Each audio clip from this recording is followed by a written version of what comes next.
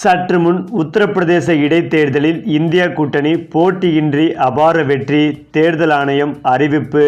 அதிர்ச்சியில் மோடி. அதாவது லோக்சபா தேர்தலுக்கு பிறகு தற்போது உத்தரப்பிரதேச மாநிலத்தில் நடைபெறவுள்ள இடைத்தேர்தல் மீது அனைவரின் கவனமும் திரும்பியுள்ளது. அந்த வகையில் இந்த இடைத்தேர்தலில் சமாஜ்வாதி மற்றும் காங்கிரசும் கூட்டணி அமைத்து போட்டியிடலாம் என தெரிகிறது. ஆனால் இதுவரை அதிகாரப்பூர்வ தகவல் எதுவும் வெளியாகவில்லை.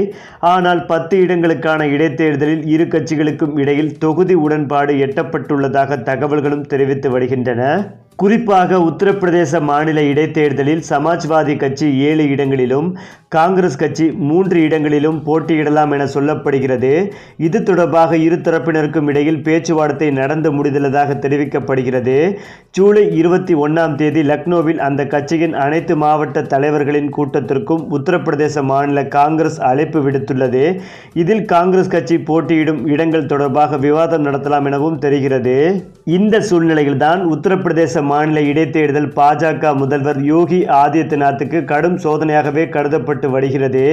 ஏனென்றால் சமீபத்தில் நடந்து முடிந்த 2024 மக்களவைத் தேர்தலில் பாஜக கடும் பின்னடைவை சந்தித்தது.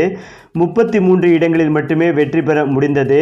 உத்தரப்பிரதேச தோல்விக்கு காரணம் யோகி ஆதித்யநாத் என பாஜகவினர் குரல் எழுப்பினார்கள். இந்த நிலையில் ஆளும் கட்சியான பாஜக இடைத்தேர்தலில் வெற்றி பெற வேண்டிய கட்டாயத்தில் உள்ளது. அதேபோல சமாஜ்வாதியும் காங்கிரசும் கூட்டணி அமைத்து 2024 மக்களவைத் தேர்தலில் போட்டியிட்டு அதிசயங்களை செய்தது.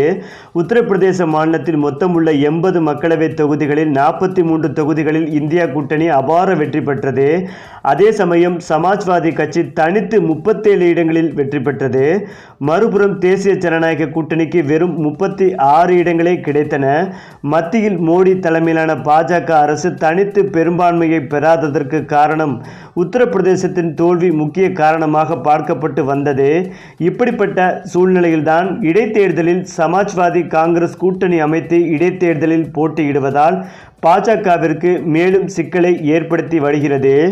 அது மட்டுமில்லாமல் இந்த லோக்சபா தேர்தல் முடிந்து சில மாதங்களே ஆன நிலையில் குறுகிய காலத்தில் இந்த இடைத்தேர்தல் வருவதால் அது சமாஜ்வாதி கட்சிக்கும் காங்கிரஸ் கட்சிக்குமே மிகப்பெரிய சாதகமாக இருக்கும்.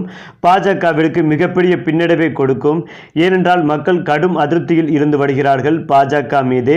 இதனால் இந்த உத்தரப்பிரதேச இடைத்தேர்தலில் மற்றும் பாஜக போட்டியிடாமல் பின்வாங்க போவதாகவும், அப்படி பாஜக வாபஸ் வாங்கினால் இந்தியா கூட்டணி உத்தரப்பிரதேச இடைத்தேர்தலில் போட்டியின்றி அபார வெற்றி பெற வாய்ப்பு இருப்பதாக தேர்தல் ஆணையமே அறிவிக்க உள்ளதாக தற்போது தகவல்கள் சொல்லப்பட்டு வருகிறது. இந்த தகவல் பிரதமர் மோடி அவர்களையே அதிர்ச்சி அடைய வைத்து வருகிறது.